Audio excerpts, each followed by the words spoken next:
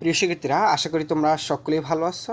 তোমরা নিশ্চয়ই জানো তোমাদের নতুন কারিকুলাম আবারও পরিবর্তন হতে যাচ্ছে, অর্থাৎ পুরাতন কারিকুলামে আবার ফিরে আসতে চাচ্ছে। তো এক্ষেত্রে সরাসরি যে পুরাতন কারিকুলাম অর্থাৎ সৃজনশীল পদ্ধতি সেটাতে সরাসরি যে যাচ্ছে সেটা কিন্তু না। অর্থাৎ তোমরা যারা 2021 সাল থেকে 24 সাল পর্যন্ত ষষ্ঠ থেকে নবম শ্রেণীর শিক্ষার্থীরা তোমরা যে কারিকুলামে পার্টিসিপেট করছো, অর্থাৎ যেই পড়াগুলো শিখে ফেলছো তার সাথে সম্পৃক্ততা রেখে কিন্তু তোমাদের পুরাতন কারিকুলামে ফিরে আসবে। অর্থাৎ পুরাতন কারিকুলামও না, নতুন কারিকুলামও না, অর্থাৎ এমনভাবে বইগুলো রচিত হবে সেক্ষেত্রে উভয় সংমিশ্রণ থাকবে। বিশেষ করে এই কারিকুলামের যে বিষয়টা, অর্থাৎ এই কারিকুলামের যে অপছন্দের দিকগুলো সেই বিষয়গুলো পরিবর্তন করা হবে।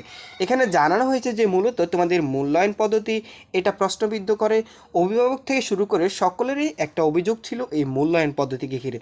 এর পাশাপাশি এই বইয়ে একক কাজ সহ নানাবিধ ছকের যে অপ্রয়োজনীয় দিকগুলো সেই বিষয়গুলো পরিবর্তন, এরপর অপ্রাসঙ্গিক যে অধ্যায়গুলো বা যে পাঠগুলো সেই বিষয়গুলো পরিবর্তন বা পরিমার্জন করা হবে।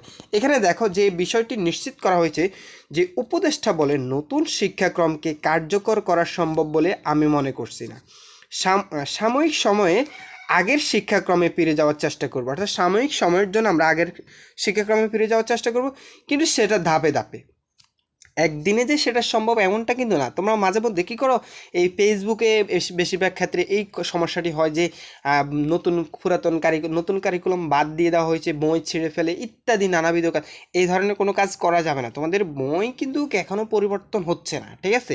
হয়তোবা এই কারিকুলামের সাথে যে কাজগুলো সংশ্লিষ্ট যে কাজগুলো রয়েছে, মূল্যায়ন পদ্ধতি, এরপর সিলেবাস, পরীক্ষণ পদ্ধতি, এরপরে যে তোমাদের যে শ্রেণীভিত্তিক যে মূল্যায়ন বা অ্যাসাইনমেন্ট যে কাজগুলো সেগুলোর পরিবর্তন আসতে পারে, ঠিক আছে? তো যাতে করে শিক্ষার্থীরা কোনোভাবে বিপাকে না পড়ে সেই বিষয়টা নজর রাখবো। এবং তিনি বলেন আমরা অস্বস্তিতে পড়তে দেবো না কোনো শিক্ষার্থীকে। আমি বলছি না যে শিক্ষাক্রম এখনই বাতিল করে দেবো, বরং পরিমার্জন করা হবে। অর্থাৎ পরিমার্জন তো বলতে বুঝছো তোমরা এই বিষয়গুলো পরিবর্তন করা হবে। তো প্রিয় শিক্ষার্থীরা, তোমরা কি আসলে চেয়েছিলে যে তোমাদের নতুন কারিকুলাম পরিবর্তন হয়ে পুরাতন কারিকুলাম অর্থাৎ আরও একটি নতুন কারিকুলাম সৃষ্টি হোক? অবশ্যই তোমরা কমেন্ট করে জানিয়ে দিবা তোমাদের মতামত। আর এই ভিডিওতে অবশ্যই একটা লাইক করে দিবা। শিক্ষা সংক্রান্ত যাবতীয় তথ্যের জন্য অবশ্যই চ্যানেলটি সাবস্ক্রাইব করে সাথে থাকিও। ধন্যবাদ সবাইকে।